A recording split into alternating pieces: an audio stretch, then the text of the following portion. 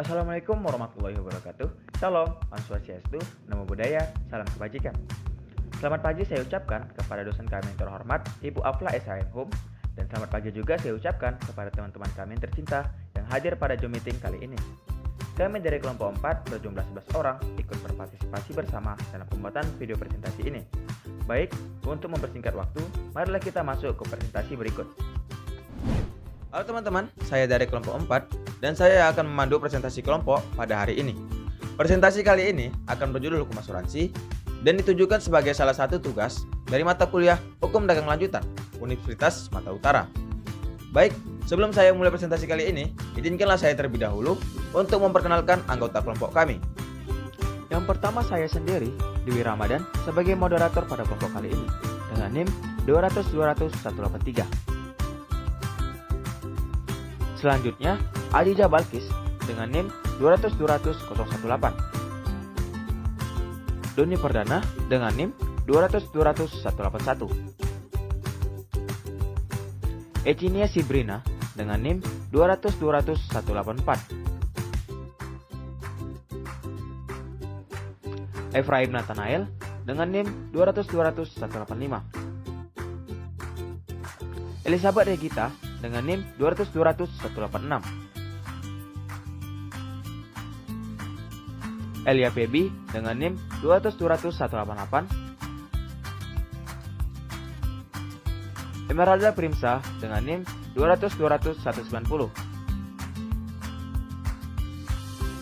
Yunike Sri dengan NIM 200-200-191. Eva Regina dengan NIM 200-200-192. Dan Fahri Maulana dengan NIM 200-200-193. Baiklah, masuklah kita ke materi pertama dari Hukum Asuransi bagian kedua mengenai bentuk dan isi perjanjian asuransi. Sebelumnya kita telah mengetahui apa yang dimaksud dengan asuransi melalui presentasi kelompok 3 pada minggu lalu. Namun pada kesempatan kali ini kami akan mengingatkan kita kembali mengenai definisi asuransi. Menurut Undang-Undang Nomor 40 Tahun 2014 tentang Perasuransian, asuransi adalah perjanjian antara dua pihak, yaitu perusahaan asuransi dan pemegang polis, yang menjadi dasar bagi penerimaan premi oleh perusahaan asuransi sebagai imbalan untuk yang pertama, memberikan penggantian kepada tertanggung atau pemegang polis karena kerugian, kerusakan, biaya yang timbul, kehilangan keuntungan, atau tanggung jawab hukum kepada pihak ketiga yang mungkin diderita tertanggung, atau pemegang polis karena terjadinya suatu peristiwa yang tidak pasti. Yang kedua, memberikan pembayaran yang didasarkan pada meninggalnya tertanggung, atau pembayaran yang didasarkan pada hidupnya tertanggung, dengan manfaat yang besarnya telah ditetapkan atau didasarkan pada hasil pengelolaan dana. Baiklah teman-teman, selanjutnya kita akan membahas tentang kesepakatan atau yang dikenal juga dengan persyaratan dalam kontrak asuransi. Pada poin 1 pasal 251 KUHD tentang kesepakatan tertulis bahwa tertanggung dan penanggung sepakat dalam mengadakan perjanjian asuransi. Kesepakatan atau yang dikenal juga dengan persyaratan dalam kontrak asuransi pada pokoknya meliputi 5 poin. Yang pertama, ada benda yang menjadi objek asuransi. Dalam suatu perjanjian asuransi, harus terdapat benda yang akan diasuransikan. Benda ini merujuk pada objek yang akan diasuransikan, contohnya seperti jiwa, kesehatan, kendaraan, properti, dan lain-lain. Objek tersebut dapat menjadi pertanggungan apabila tertanggung adalah pemilik sah dari benda tersebut. Contohnya, A ingin mengasuransikan kendaraannya, maka di sini menjadi objeknya adalah kendaraan milik A dan A adalah sebagai pihak tertanggung. Tanpa adanya objek dalam perjanjian asuransi, maka persyaratan kontrak dalam asuransi tersebut dapat dinyatakan tidak sah. Lalu pada poin yang kedua terdapat pengalihan risiko dan pembayaran premi, di mana di sini pihak tertanggung diwajibkan untuk membayarkan sejumlah premi kepada pihak perusahaan asuransi yang bertujuan untuk mengalihkan risiko kerugian kepada pihak perusahaan asuransi. Biasanya, apabila semakin tinggi biaya premi, maka akan semakin besar pula pengalihan risiko kepada pihak perusahaan asuransi. Contohnya, A sudah membeli asuransi kendaraan sebelumnya, lalu ia mengalami sebuah insiden kecelakaan yang menyebabkan terdapatnya kerusakan permanen pada kendaraan milik A. Maka di sini, pihak perusahaan asuransi berkewajiban untuk memperbaiki ataupun bila perlu menggantinya dengan kendaraan yang baru karena telah terjadi pengalihan risiko kepada pihak perusahaan asuransi. Perjanjian pengalihan risiko dan penggantian ini sudah disepakati oleh kedua belah pihak sebelumnya dalam form perjanjian. Lalu pada poin yang ketiga terdapat evenement dan ganti kerugian, di mana evenement ini merupakan peristiwa tidak pasti yang berkaitan dengan pihak tertanggung. Misalnya, pihak tertanggung ini sakit, sehingga menyebabkan ia tidak dapat lagi untuk mencari nafkah, ataupun pihak tertanggung ini meninggal dunia. Maka dari itu, di sini pihak perusahaan asuransi harus memberikan ganti rugi kepada ahli waris dalam bentuk santunan. Biasanya, besar santunan yang diberikan ini sesuai dengan kesepakatan premi yang telah dipilih. Lalu pada poin yang keempat terdapat syarat khusus asuransi. Syarat khusus asuransi ini biasanya dalam bentuk form ataupun proposal asuransi yang di dalamnya terdapat beberapa syarat khusus yang harus ditaati oleh pihak tertanggung. Apabila syarat tersebut dilanggar, maka perjanjian asuransi dapat dibatalkan. Lalu pada poin yang terakhir, dibuat secara tertulis disebut polis. Perjanjian tersebut detailnya dituangkan dalam bentuk polis. Polis ini merupakan bukti bahwa telah terjadinya perjanjian kerjasama antara pihak tertanggung dan penanggung. Dalam pasal 256 ayat 1 KUHD, polis ini merupakan perjanjian asuransi secara tertulis dalam bentuk akta.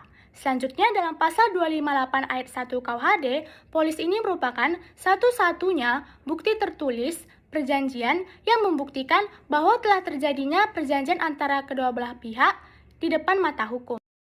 Berikut 4 bentuk polis yang biasa digunakan oleh perusahaan asuransi. Yang pertama, burst policy atau polis maskapai atau polis bursa, yakni suatu polis di mana seluruh kondisi dan persyaratan berdasarkan pada suatu bursa tertentu, dan perusahaan asuransi bebas untuk menentukan polis bursa mana yang akan dia pakai. Yang kedua, standard policy atau polis standar, yakni polis di mana seluruh kondisi dan persyaratan diberlakukan secara standar untuk seluruh perusahaan asuransi yang bergerak di bidang asuransi. Yang ketiga, consortium policy atau polis konsorsium, yakni polis di mana seluruh kondisi dan persyaratan berdasarkan kesepakatan antara seluruh anggota pool atau konsorsium dan diberlakukan bagi para anggota saja. Yang keempat, company policy atau polis perusahaan, yakni polis di mana seluruh kondisi dan persyaratan berdasarkan kebijakan dari company atau perusahaan yang menerbitkan polis tersebut dan hanya dipergunakan oleh perusahaan yang bersangkutan saja. Resiko dalam asuransi adalah kerugian di masa depan yang tidak bisa kita prediksi kapan akan terjadinya. Artinya, sesuatu bisa dikatakan sebagai resiko jika ia dapat merugikan seseorang secara finansial, terjadi di luar rencana hingga menimbulkan kerugian. Ada beberapa jenis resiko dalam asuransi. Yang pertama itu ada resiko murni, yaitu resiko yang apabila terjadi pasti menimbulkan kerugian, dan apabila tidak terjadi maka tidak akan menimbulkan kerugian maupun keuntungan. Misalnya peristiwa kebakaran ataupun kebangkrutan. Lalu yang kedua ada resiko spekulatif, yakni resiko yang apabila terjadi akan menimbulkan keuntungan dan kerugian. Contohnya saat kita berinvestasi saham di bursa efek. Proses investasi ini pasti akan menimbulkan resiko spekulatif, yakni adanya kemungkinan untung secara finansial dan di lain sisi ada resiko kerugiannya. Nah, resiko spekulatif ini tidak bisa diasuransikan. Lalu yang ketiga ada resiko khusus, yaitu resiko yang dampak maupun penyebabnya hanya mempengaruhi lingkungan pribadi, baik secara kualitas maupun secara kuantitas. Misalnya seperti kecelakaan kapal atau mungkin tabrakan. Lalu yang keempat, ada resiko fundamental, yaitu resiko yang bisa menimbulkan dampak yang sangat luas. Contohnya bencana alam. Nah, sebuah resiko dapat diasuransikan apabila yang pertama, kapan terjadinya tidak dapat dipastikan sebelumnya. Yang kedua, jika terjadi, dia pasti akan menimbulkan kerugian yang bisa dinilai dengan uang. Pasal 268 KUH Dagang. Yang ketiga, terjadinya secara tiba-tiba. Yang keempat, tanpa direncanakan. Yang kelima, terdapat upaya untuk menghindari atau melakukan pencegahan. Yang keenam, dapat dilihat secara fisik. Untuk asuransi jiwa, karakteristik resiko yang dapat diasuransikan itu yang pertama adalah resiko kematian. Kematian ini mengakibatkan penghasilan seseorang lenyap dan mengakibatkan kesulitan ekonomi bagi keluarga ataupun tanggungan yang ditinggalkan. Lalu yang kedua ada resiko hari tua. Hari tua ini akan menyebabkan kekurangmampuan untuk memperoleh penghasilan dan mengakibatkan kesulitan ekonomi bagi diri sendiri dan keluarga ataupun tanggungan. Yang ketiga ada risiko kecelakaan. Kecelakaan ini dapat mengakibatkan kematian ataupun ketidakmampuan seseorang. Misalnya merosotnya kondisi kesehatan seseorang ataupun seseorang tersebut dapat menjadi cacat seumur hidup sehingga menyebabkan kesukaran ekonomi bagi dirinya sendiri ataupun keluarga yang ditinggalkan. Nah, lalu dalam asuransi kerugian ada karakteristik resiko yang dapat diasuransikan, yaitu yang pertama, resiko tersebut dapat menimbulkan kerugian yang dapat diukur dengan uang. Misalnya kerusakan harta benda di mana tingkat ganti ruginya dapat diukur dari biaya perbaikannya. Yang kedua, resiko tersebut haruslah resiko murni. Yang ketiga, kerugian yang ditimbulkan oleh resiko tersebut harus terjadi secara tiba-tiba dan tidak terduga bagi pihak tertanggung. Lalu dalam asuransi kesehatan, risiko terjadi apabila kesehatan seseorang terganggu ataupun ketika ia mengalami kecacatan fisik. Nah, kerugiannya meliputi biaya pengobatan dan kerugian dalam penghasilan. Baiklah, saya akan menjelaskan mengenai pihak-pihak yang berada dalam sebuah perjanjian asuransi. Yang pertama ada tertanggung. Tertanggung merujuk kepada orang-orang atau pihak yang akan menerima jaminan penggantian kerugian bila mana risiko yang dijanjikan dalam polis itu terjadi. Di sini, tertanggung juga memiliki kewajiban yaitu membayarkan pertanggungan atau premi kepada pihak penanggung. Yang kedua, ada penanggung. Penanggung dalam hal ini ialah perusahaan perasuransian, baik bentuknya perusahaan asuransi syariah, perusahaan reasuransi syariah, dan berbagai bentuk lainnya. Disebut penanggung dikarenakan setelah menerima premi atau pertanggungan dari tertanggung, mereka lah yang akan kemudian menanggung beban risiko dari peristiwa yang terjadi sesuai dengan isi perjanjian di polis. Itulah hak dan kewajiban dari penanggung atau perusahaan asuransi. Tidak hanya itu, ada juga pihak lain disebutkan dalam perjanjian asuransi, yaitu pemegang polis. Pemegang polis ialah orang yang mengikatkan dirinya dalam perjanjian dengan perusahaan asuransi untuk kemudian mendapatkan perlindungan atau pengelolaan atas risiko yang akan dihadapi tertanggung dan peserta lain. Dan kemudian ada pihak pemerintah, yaitu OJK atau Otoritas Jasa Keuangan, yang mana bertugas dan berwenang dalam mengawasi dan mengatur di sektor jasa keuangan. Baik, materi berikutnya adalah asuransi wajib. Sebelum melangkah lebih jauh, maka ada baiknya kita mengetahui apa sih pengertian dari wajib. Secara sederhana, wajib berarti harus dilaksanakan dan dilakukan. Nah, biasanya setelah melakukan kewajiban, maka seseorang bisa mendapatkan haknya. Menurut Undang-Undang Republik Indonesia Nomor 40 Tahun 2014 tentang Perasuransian Pasal 1 Angka 32 menyebutkan bahwasannya program asuransi wajib adalah program yang diwajibkan peraturan perundang-undangan bagi seluruh atau kelompok tertentu dalam masyarakat, guna mendapatkan perlindungan dari risiko tertentu. Tidak termasuk program diwajibkan undang-undang untuk memberikan perlindungan dasar bagi masyarakat dengan mekanisme subsidi silang dalam penetapan manfaat dan premi atau kontribusinya. Pada asuransi wajib, lazimnya pertanggungan ini diwajibkan oleh pemerintah dan diatur dengan undang-undang, di mana mereka yang terkena oleh ketentuan perundang-undangan itu yang tidak mau menuntut pertanggungan wajib tentunya akan diberikan sanksi-sanksi yang cukup berat pula, teman-teman.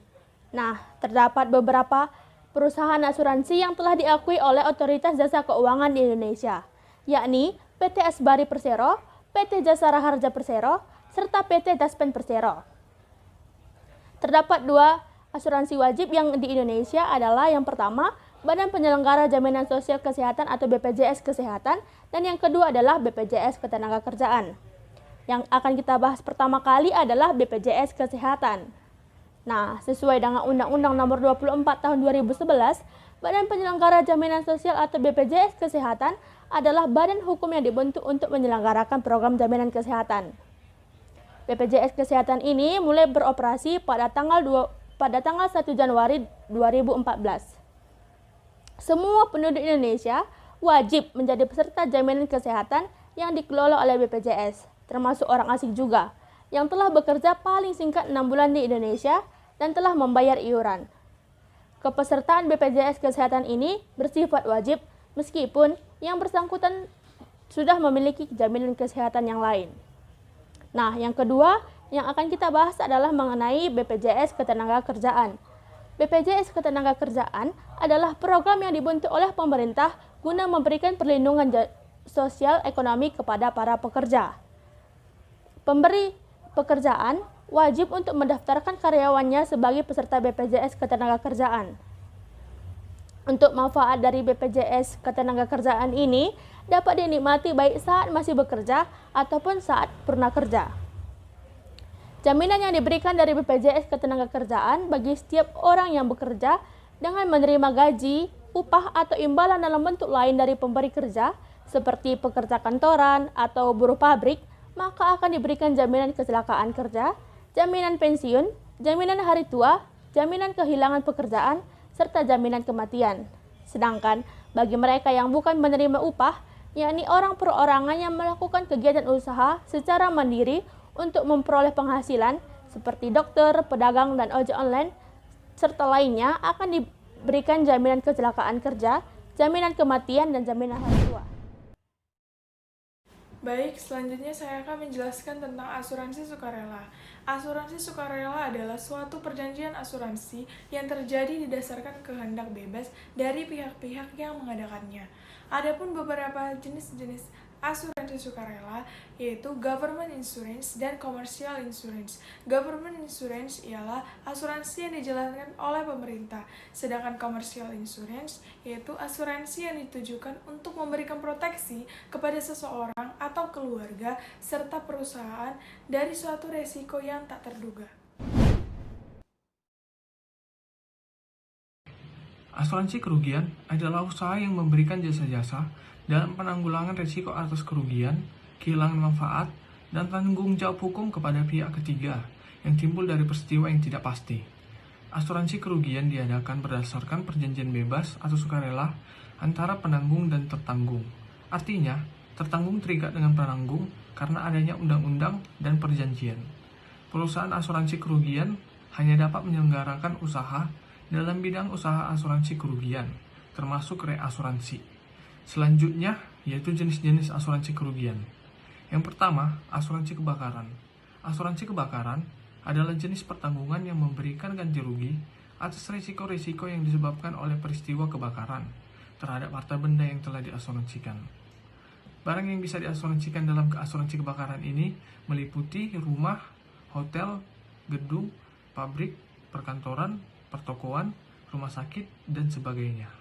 Yang kedua yaitu asuransi pengangkutan barang. Asuransi pengangkutan barang adalah jenis pertanggungan yang menjamin risiko kerugian yang dialami atas kehilangan atau kerusakan barang pada saat pengangkutan barang. Pertanggungan ini berlaku untuk kedua belah pihak yang terlibat, yaitu pemilik angkutan barang maupun pemilik barang yang diangkut, tergantung dari kondisi atau peristiwa kerugian yang terjadi. Yang ketiga yaitu asuransi aneka. Asuransi aneka merupakan jenis asuransi kerugian selain dari dua jenis asuransi di atas. Asuransi aneka ini meliputi jenis-jenis asuransi yang beraneka macam, yang akan dijelaskan pada slide selanjutnya oleh teman saya. Saya akan menjelaskan tentang jenis-jenis asuransi aneka. Adapun jenisnya, yang pertama asuransi pencurian atau burglary insurance, yaitu asuransi yang memberi ganti rugi karena risiko pencurian atas harta benda yang diasuransikan. Kedua, asuransi kecelakaan diri atau personal accident insurance, yaitu asuransi yang memberi ganti rugi atas diri yang diasuransikan karena risiko kecelakaan diri. Asuransi kecelakaan diri menjamin tertanggung akibat dari suatu kecelakaan atau akibat dari luar yang menimpa dirinya selama 24 jam dalam periode pertanggungan tertentu. Misalnya selama 1 tahun perjalanan atau 1 perjalanan. Ketiga, asuransi perjalanan atau travel insurance, yaitu asuransi yang memberikan ganti rugi karena risiko saat melakukan perjalanan. Keempat, asuransi kendaraan bermotor atau motor vehicle insurance, yaitu jenis asuransi khusus kendaraan di mana risiko yang kemungkinan terjadi pada kendaraan dialihkan kepada perusahaan asuransi. Fungsi asuransi kendaraan bermotor bisa memberikan perlindungan bagi pemilik kendaraan terhadap kerugian kejadian tidak terduga. Biasanya kerugian yang muncul bisa berupa kehilangan akibat dicuri, kerusakan akibat tabrakan, dan sebagainya.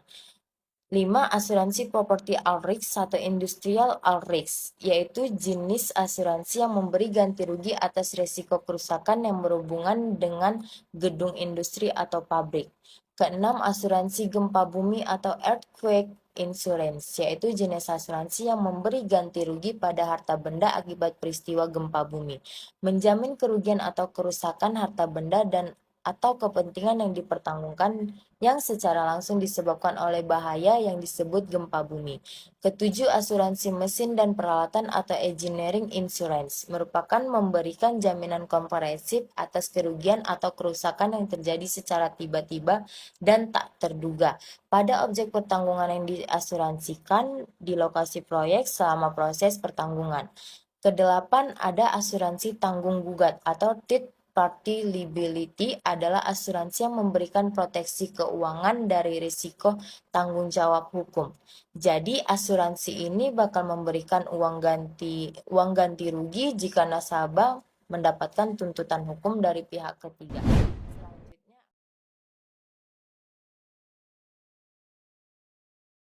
Reasuransi adalah persetujuan antara penanggung atau ceding company dengan reinsurer, yang dimana penanggung menyetujui untuk menyerahkan atau melimpahkan seluruh atau sebagian risiko atas pertanggungan ditutupnya kepada reinsurer, yang dimana reinsurer ini mendapat premi dari penanggung sebagaimana yang telah ditetapkan sebelumnya. Reinsurer ini menyetujui untuk membayar ganti rugi kepada penanggung berhubung dengan kerugian yang terjadi atas pertanggungan yang ditutupnya tersebut. Semuanya itu berdasarkan atas syarat-syarat yang telah ditetapkan dalam perjanjian. Perjanjian yang dimaksud ini kontrak reasuransi. 1. Kontrak reasuransi dan asuransi ialah masing-masing terpisah. 2. Antara tertanggung dengan reasuradur tidak terdapat jalur komunikasi. Yang ketiga, kontrak yang disepakati antara perusahaan asuransi dengan reasuradur ialah di luar wewenang tertanggung. Yang keempat, dalam hal perusahaan asuransi bangkrut, tertanggung tidak berhak untuk menarik uang yang merupakan kewajiban reasurer kepada perusahaan asuransi.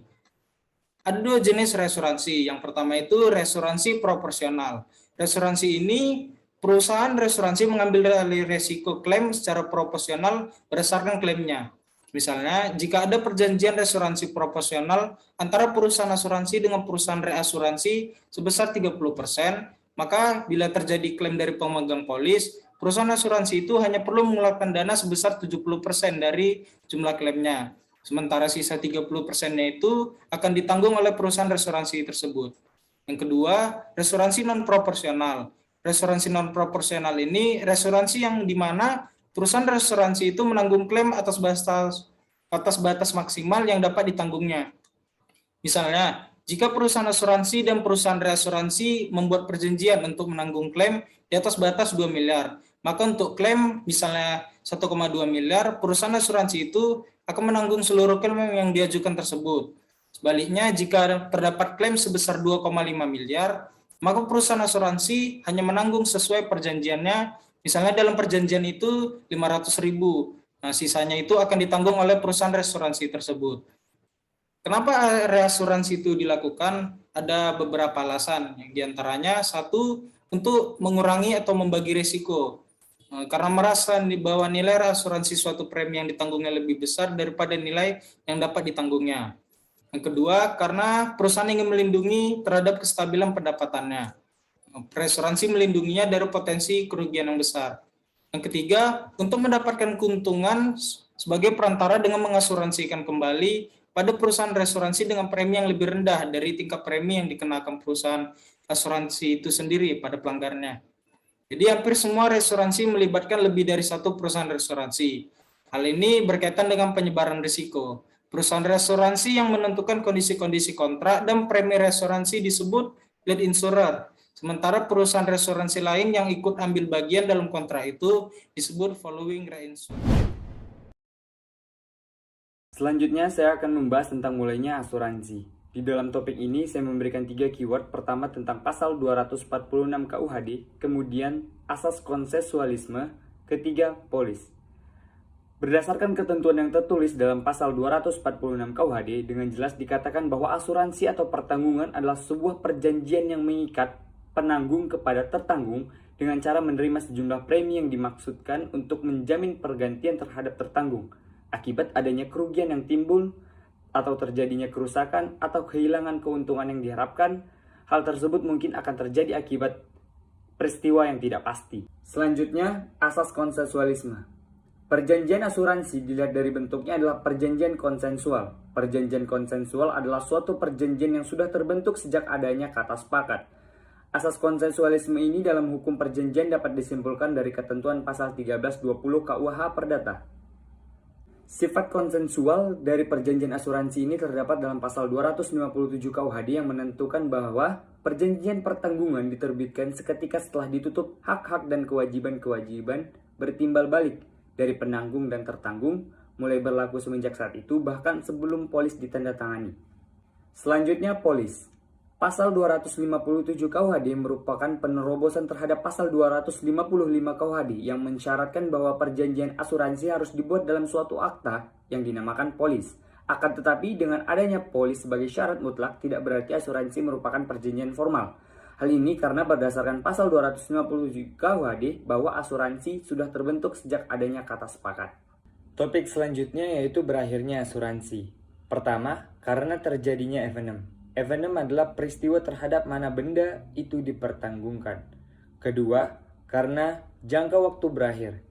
Diikuti dengan pengembalian sejumlah kepada tertanggung.